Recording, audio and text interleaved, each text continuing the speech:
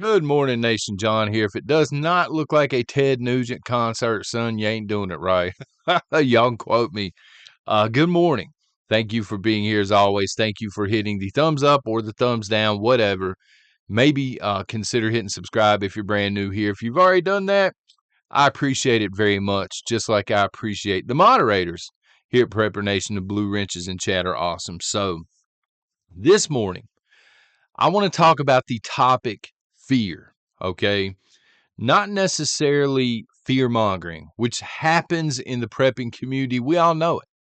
Look, shooting straight with y'all. I watch a lot of the videos. I see a lot of the alerts and the stuff that shows up on my home screen for YouTube is a lot of the prepping stuff that you folks see as well. Surely it ain't my stuff because that shows up on nobody's home screen anymore here at Prepper Nation, but I see it and I understand where the term fear mongering comes from. And I understand why it happens. People are drawn to it. I don't know why. It's not really my cup of tea. But anyway, fear as a prepper. We're going to get into a deep dive on that this morning. And this stems from a comment that came across the live stream yesterday morning. This was not a trollish comment whatsoever. It was a legitimate comment. But I were talking about, I think we were talking about presidents or Congress or something, and I said our leaders. And then when I watched the chat replay on the live stream, because I always go back and I watch the replay, somebody had said, stop calling these folks leaders. There are elected representatives. And I understand that statement, but I'm going to disagree with that statement, and I want to explain why and what that has to do with fear. Okay, because again, it's very easy to come, especially if you're newer, to come into the prepping community, see a few videos, think the world's going to end tomorrow, and begin hoarding stuff and buying stuff you really don't need. Again, there's a reason why the fear mongering leads to sales and commissions, blah, blah. Again, it's not my thing, but I ain't looking down on anybody that does it, okay? But I'm going to disagree with that statement because I think elected representatives is a huge stretch. And for me, this is somebody that is either new to the prepping community, definitely new to Prepper Nation, or maybe you've just caught a video here and there, because I don't mean to discourage anybody from voting. So y'all know, most of you know where my stance on voting is. I think locally you can make a difference because it's hard to hide the fraud. You live in a town of 800, 1,200 people, a really small town, and there's, a vote for sheriff, for example, liberal sheriff, conservative sheriff, progressive sheriff, whatever you want to label it. It's hard to hide the fraud. It's hard to produce votes in a town of 1,200 people or something like that. So local elections, local level, things like this, I do think it matters. I do think it matters if you show up at school boards and you let these people know, I'll vote you out. We will organize, we will boot you out if this stuff is taking place. I'm not really sold on the fact that elections work nationally. This is personal opinion. I don't have anything to point to or anything. This is just opinion, speculation on my part, but I think there's a lot of fraud that takes place. It's still hard for me to fathom Joe Biden in a town hall of 20 people everywhere he went, pulling more votes than Trump, seeing the Trump rallies and things. It's just very hard for me to believe that. All right. And y'all know this. Most of you know this, but when it looks like a conservative might win a key race, all of a sudden it's a drug out fiasco of 2 or 3 days. Whereas when it looks like a Democrat might win, they go ahead and project the winner. And for me, it's where can we fish around? Where can we fudge the numbers? This sort of thing. So I think elected is a stretch. If we're talking nationally, which we were yesterday, I think selected is the key word. Representatives is also a stretch because they don't represent us. And that's been something that we've talked about here at Prepper Nation. And I'm not being negative towards the person that left this comment. I just happened to see it and I'm like, well, I need to explain. you know, kind of my vantage point on this and how this produces fear. So these people don't represent us. All right. If you're in West Virginia, and I'm using West Virginia as an example, Senator Joe Manchin, do you really think he represents the people? Do you really think Gavin Newsom out in California represents the people? You know, when you get down to it, you can point at each state and you can point at representatives. You can start to trace money, dark money, if you will, and you can find out who they represent. They're bought and paid for, all of them, both sides of the aisle. Let's make no bones about it. They're all bought and paid for. They get paid via lobbyists, special interest groups, and corporate America. But here's the issue: you'll hear me on this channel talk about the WEF, and you'll hear me talk about the UN. And I think these two are married at the hip. The WEF is your latest attempt at a one world government, and their military, the military branch of the WEF is the UN. This is my opinion. The reason I say this, they function like a one world government. They function like they are a country, but they have no sovereign nation. They function like a full blown military, although they represent no one certain nation. So they have the meetings and stuff like this, but when you get right down to it, the same people are in control of both. You know, the same core heavy hitters, your billionaires. You guys know who I'm talking about, you long timers here at Prepper Nation. They fund both, right?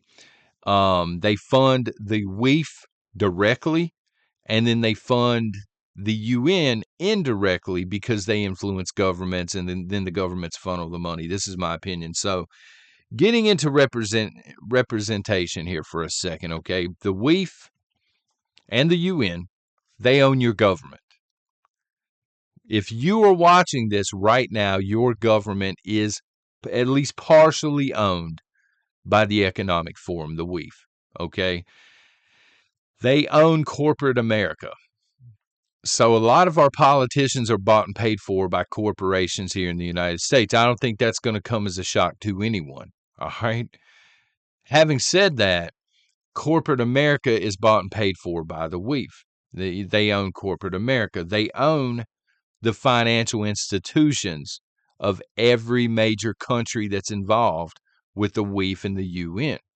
This is part of the reason we're at war right now in a proxy war against Russia. All right, because the SWIFT system, the BRICS system, they're going head to head. There are a lot of reasons, but that's just one of the reasons. They own the justice system, the judicial system. We're seeing this right now play out with, and I don't care which side of the fence you're on when it comes to Donald Trump. He probably did do some shady stuff, but as I've said in the past, who hasn't in politics? It's a political hit job. You know, they control this man. They fund this district attorney in New York. It's a total political hit job. They own the education system at a national level, at least. Again, smaller elections matter, but federally speaking, they already own the education system. You know, your higher learning, your college, and things like that.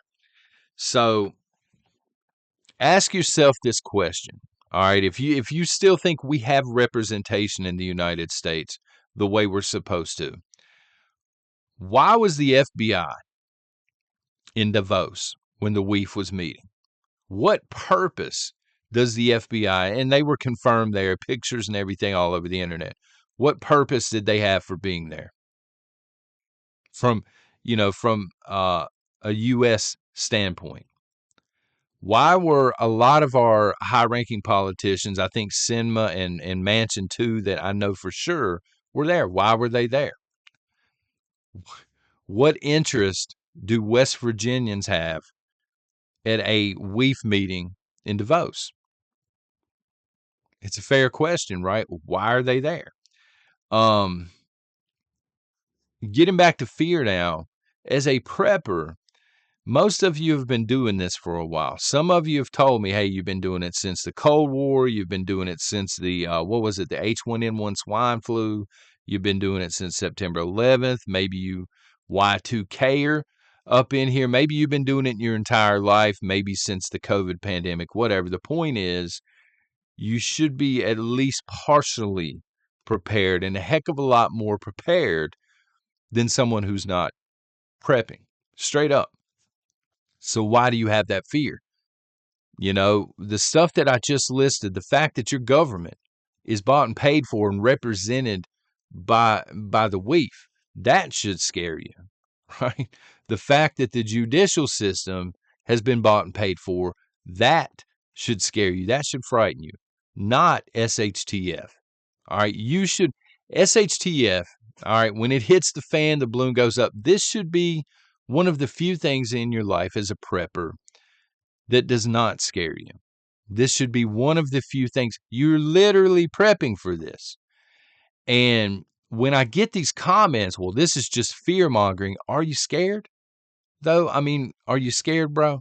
Are you really scared as a prepper? Because you shouldn't be. You should not have fear. It shouldn't matter if I'm not giving a free pass because I know it's all, it's all out there. The world's end in 3 days, blah, blah, blah. It's ridiculous. But I know there's a lot of fear mongering going on and fear porn, as we say in the prepping community. But there's only so much blame there. It still attracts eyeballs. People are still drawn to it. They still come away petrified. And the question is why? If you're really prepping, why are you scared? I get that you're interested. Maybe you just want to take a peek in and see what's going on, see what that topic's about. Why is the country ending in 3 days? That sort of thing. But you should not leave afraid. You should not leave in panic mode. And I've been guilty of this. I used to watch Ice Age Farmer when he was here on YouTube, and I never had enough food. Didn't matter how much food I had, son, I was stacking it over in the corner.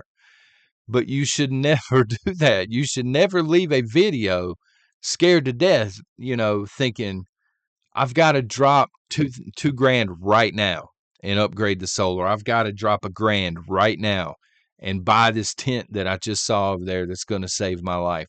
I need to go out right now and buy $15,000 worth of survival food. You should never be in that mode as a prepper because you're anticipating it hitting the fan. That's literally the end game as a prepper, is to get to that point and survive it. You know what I'm saying? There should be no fear. Believe me, the future in this country will be fought for. We talked about, a communist takeover yesterday, and how I believe we're in the middle of one. It will be fought for. But even that should not scare you, and here's why. Getting back to our representatives. They failed us. The country that we live in right now is not working. The arrangement that we have right now does not benefit you.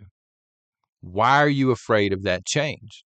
And I'm not saying you're scared, you're just going to hand over your stuff. That's not what I'm saying. I'm saying, why are you leaving videos? Oh, the collapse is coming in 3 days. What do you care? Why would this instill fear into anybody watching that's prepared for it? This is par for the course. As a prepper, you've got to lose that fear. You've got to trust in your ability to prepare for things. That's part of the gig. So that's my thoughts on fear. If you've made it till the end here, congrats. Thank you very much. And there's a second video that's going to randomly drop sometime this afternoon/evening because we have to talk about the Chinese police station in New York City. They've been caught, son. But until then, y'all take care and God bless.